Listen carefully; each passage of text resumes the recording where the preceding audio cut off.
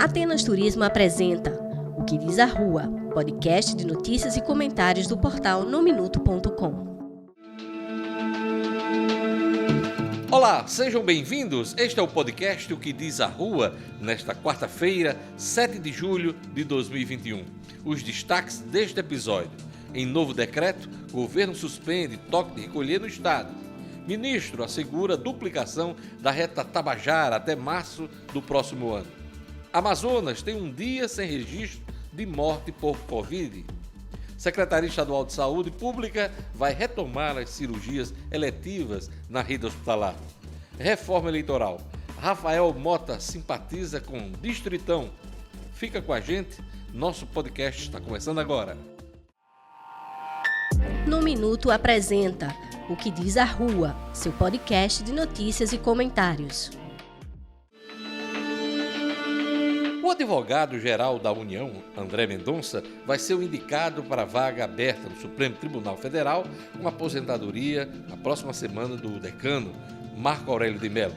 O anúncio foi feito por Jair Bolsonaro durante reunião ministerial ontem, porém informal, foi um anúncio informal, já que há um compromisso com o presidente do Supremo, Luiz Fux, de só indicar o novo nome após a aposentadoria de Marco Aurélio. Aliás, o ministro Luiz Fux soube da indicação de Mendonça há alguns dias em conversa com Bolsonaro. Pastor da Igreja Presbiteriana Esperança de Brasília, Mendonça cumpre o requisito de ser terrivelmente evangélico, embora sua denominação seja menos conservadora.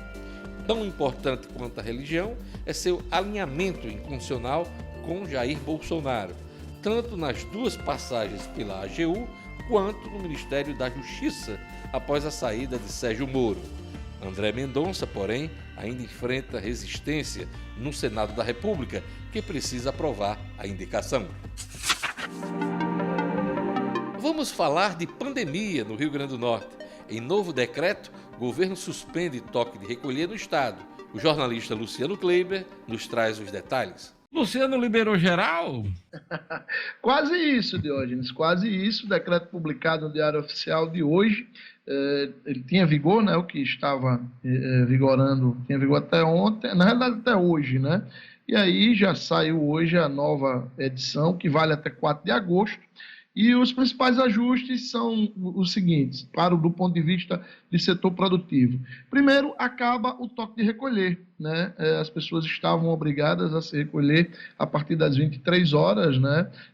De 23 até 5 da manhã, ninguém poderia, em tese, circular, salvo ter alguma justificativa de ir a um serviço essencial, no caso um médico, um posto médico, um hospital, ou em deslocamento, por exemplo, pessoal de cargas, enfim, não era possível fazer essa circulação. A partir de agora está liberado, realmente é a primeira vez desde o dia 27 de fevereiro, tá, Diógenes, que a gente acaba com o toque de recolher. A governadora Fátima Bezerra disse que é uma medida ousada, nas palavras dela, mas que cabe neste momento em que a gente tem aí, na média, Diógenes, pouco mais de 50% da taxa de ocupação dos leitos de Covid no Rio Grande do Norte, embora a gente ainda tenha números de novos casos e de novas mortes num patamar relativamente alto, mas esses números tendem a ir baixando, principalmente com a sequência da vacinação. A outra medida importante hoje para o setor produtivo é exatamente a extensão do funcionamento de bares e restaurantes que estavam limitados exatamente a 23 horas, né? Eles poderiam funcionar até 23 horas com tolerância de 1 hora. Agora eles estão liberados para funcionar até meia-noite com 1 hora de tolerância, né, de 5 à meia-noite, 5 da manhã à meia-noite, eles estão liberados com tolerância de 1 hora para fechamento da conta. A expectativa, Diógenes, é que essas medidas prossigam, como eu disse, esse decreto de hoje vale até 4 de agosto, a expectativa é que em 4 de agosto a gente tenha novas flexibilizações. Também houve neste decreto de agora uma alteração em relação às igrejas, né, igrejas e templos, que passam a poder funcionar com 60% da sua capacidade, e aí já tem uma previsão de crescimento até o dia 4 de agosto chegar, aliás, dia 20 de agosto chegar a 100% de ocupação dos seus espaços. São passos que a gente está dando, Diógenes, rumo à volta da normalidade na esteira da bendita vacinação, Diógenes, que hoje o Rio Grande do Norte tem avançado consideravelmente. Uma notícia boa no atual momento da pandemia no país. O Amazonas não registrou nenhuma morte por Covid-19 ontem, terça-feira, dia 6 de julho, segundo dados divulgados pelo governo daquele estado. É a primeira vez que isso ocorre em 16 meses de pandemia. O estado do Amazonas foi palco de duas ondas gravíssimas de casos e mortes e da falta de oxigênio. Vários estados, entre os quais o Rio Grande do Norte, receberam pacientes graves na tentativa de salvá-los, numa ação emergencial praticamente inédita no país. Os dados de óbitos causados pela doença vêm em queda no Amazonas desde o fim de fevereiro, após o pico recorde. O início do ano foi o período de alta da doença na região amazônica. Em 30 de janeiro, por exemplo, foram registradas 225 mortes no Amazonas pela Covid-19. A média, em seu ponto mais elevado, chegou a ficar em 149 mortes por dia em 4 de fevereiro.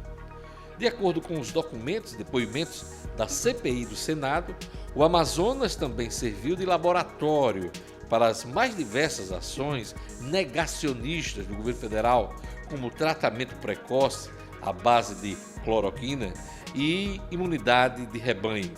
Apesar desta boa notícia no Amazonas, o Brasil registrou ontem 1.787 novas mortes por Covid-19. A média semanal de vítimas apresenta queda, mas continua alta, 1.557 óbitos. Total de mortes desde o início da pandemia, 527.016 mortos. Oficialmente, o Brasil registra 18.854.806 casos da Covid-19. A boa notícia que vem do Amazonas nos enche de esperança. A vacinação é muito importante nessa hora para evitarmos uma terceira onda da doença no Amazonas e em todo o país. Por enquanto, o ritmo se mantém lento em vários locais. Cerca de 37% dos brasileiros receberam a primeira dose da vacina e pouco mais de 13% receberam as 2 doses, completando a vacinação contra o coronavírus. Excetuando, claro, a vacina da Janssen, recentemente distribuída e que necessita apenas de uma aplicação. Por isso, vamos se vacinar, minha gente. Essa é a luz no fim do túnel. No Minuto apresenta O que diz a Rua, seu podcast de notícias e comentários. Outra boa notícia: a Secretaria Estadual de Saúde Pública vai retomar cirurgias eletivas na rede hospitalar do Rio Grande do Norte. A jornalista Fátima Helena tem mais informações. A Secretaria Estadual de Saúde vai voltar a realizar cirurgias eletivas na rede hospitalar do Rio Grande do Norte. Os procedimentos haviam sido suspensos por causa do estado de calamidade decretado no estado em março de 2020, diante da pandemia da Covid-19, e retornou por intermédio do programa Mais Cirurgia, Mais Saúde em 3 de setembro de 2020, realizando mais de 4.000 cirurgias até abril de 2021, quando voltou a ser suspenso por causa do agravamento da pandemia. Agora, com a situação mais controlada e a redução de ocupação de leitos no estado, as unidades hospitalares estaduais, que possuem equipe completa para a realização das cirurgias, estão autorizadas a iniciar os agendamentos. Todas as solicitações serão cadastradas no Núcleo Estadual de Cirurgias Eletivas. Segundo a CESAP, esse procedimento de retomada está sendo realizado observando-se o comportamento da pandemia no Rio Grande do Norte. Inicialmente, a CESAP fará o agendamento com a gestão das filas cirúrgicas, a abertura das agendas nos hospitais executores, a marcação das consultas via sistema de regulação e comunicação via contato telefônico aos reguladores e envio das agendas para os hospitais. A segunda etapa é a execução da cirurgia com a organização das consultas ambulatoriais, agendamento das consultas de retorno após exames concluídos, agendamento dos procedimentos e elaboração do mapa cirúrgico junto ao centro cirúrgico. e, posteriormente, o agendamento do retorno pós-cirúrgico. A terceira etapa é o monitoramento do paciente. As cirurgias eletivas que o Estado oferece são diversas, desde cirurgias gerais, como hérnia e vesícula, até cirurgias ginecológicas, como a de histerectomia, e as vasculares e urológicas. Os procedimentos serão realizados em diferentes hospitais, em todas as regionais de saúde, concentrados nas cidades de Santo Antônio, Apodi, Caraúbas, Mossoró, João Câmara, Lages, Guamaré, Parelhas, Caicó, Currais Novos, Jardim do Seridó, São Paulo do Potengi, Alexandria, Tenente Ananias, Almino Afonso, Pau dos Ferros, Natal, Parnamirim, São Gonçalo do Amarante e Açu. O ministro da Infraestrutura, Tarcísio de Freitas, afirmou que a reta Tabajara estará duplicada até março do próximo ano. Ele assegurou que não haverá atrasos nos serviços que estão em execução. Isso é semelhante ao que aconteceu quando a gente anunciou a relicitação do aeroporto São Gonçalo do Amarante. Então, a gente achava que ia ter uma descontinuidade na prestação de serviço. E não houve, o aeroporto está operando e a gente já deve licitar no final do ano, fazendo a substituição do concessionário. A questão da reta Tabajara é parecida. Estamos no período de chuva no Nordeste, né? É essa época que chove, e não se faz obra de terraplanagem nem de pavimentação na chuva, prejudica a qualidade, né? A gente tem muito retrabalho, gasta dinheiro, joga dinheiro fora. É natural que nessa época de chuva a gente tenha uma diminuição de ritmo, porque a gente já está numa fase bastante avançada, já estamos naquela fase onde a gente está fazendo pavimento e não se faz pavimento com chuva. Seria ruim para a qualidade.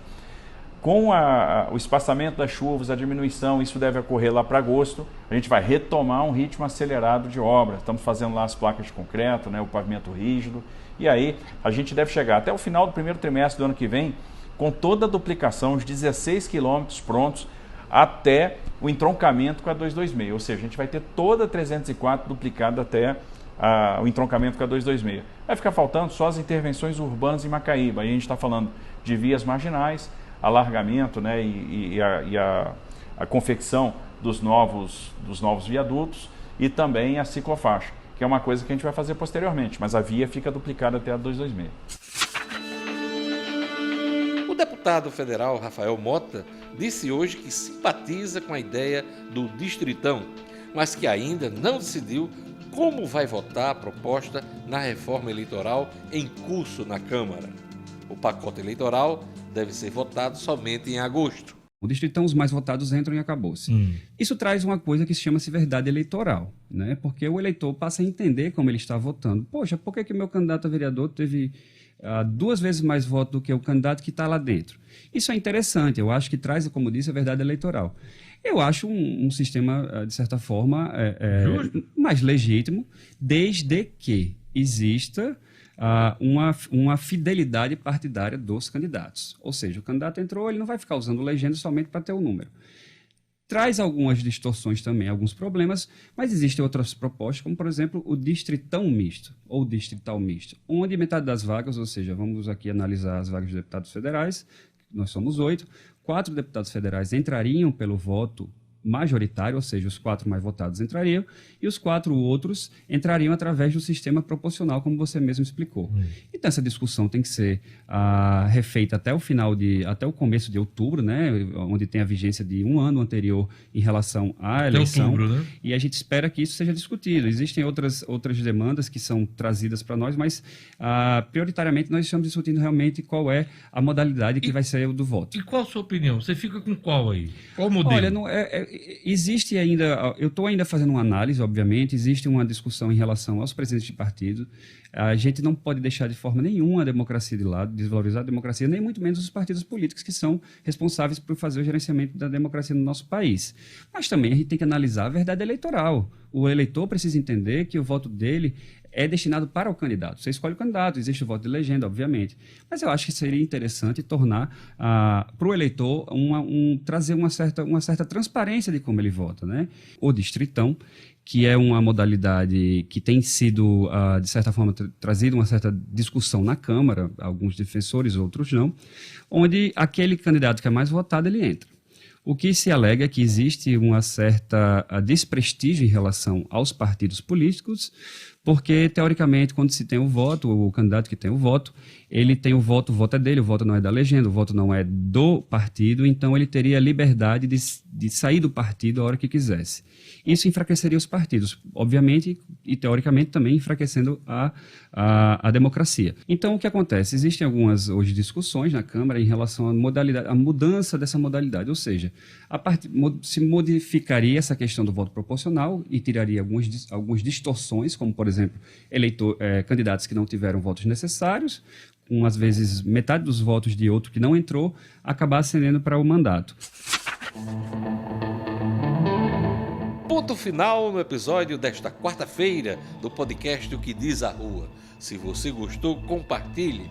Roteiro e locução, Diógenes Dantas. Edição de áudio, Fladson Soares. Produção, Fátima Helena Albuquerque e Maria Luísa.